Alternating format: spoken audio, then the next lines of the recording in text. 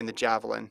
Johannes Vetter, who I looked it up, what I said in the preview, which is why you should laugh whenever I say anything like this. I called him the lock of all locks. Now, I still would have taken Krauser over him, but I literally wrote down lock of all locks because he was over 90 so many times.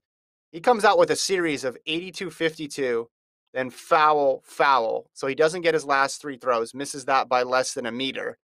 Meanwhile, Neeraj Chopra in the second round throws 87-58. That throw holds ahead of Vacek and Vesely of the Czech Republic. So Chopra wins the first ever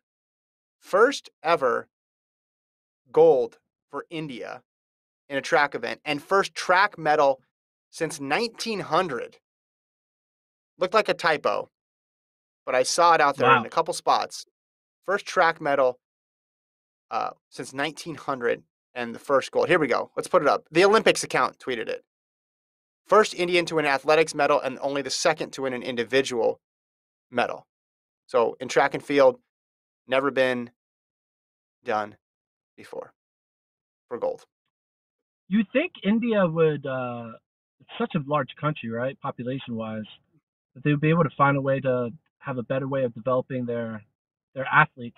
I guess they don't focus on, I mean, they're probably really good in cricket, right? They're probably good in other Mm-hmm. events that, maybe some other countries, put more focus in. But it was pretty cool seeing him win.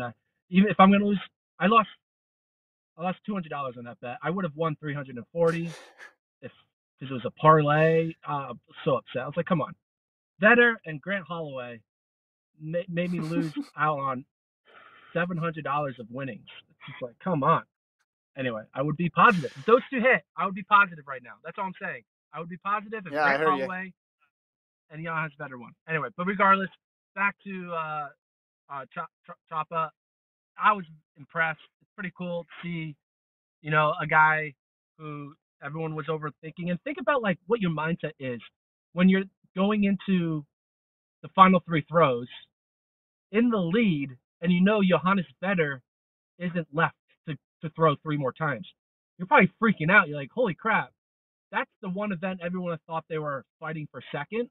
And then all of a Mm-hmm. sudden, you're in the lead with three throws remaining, and there's a legitimate chance you might actually win gold.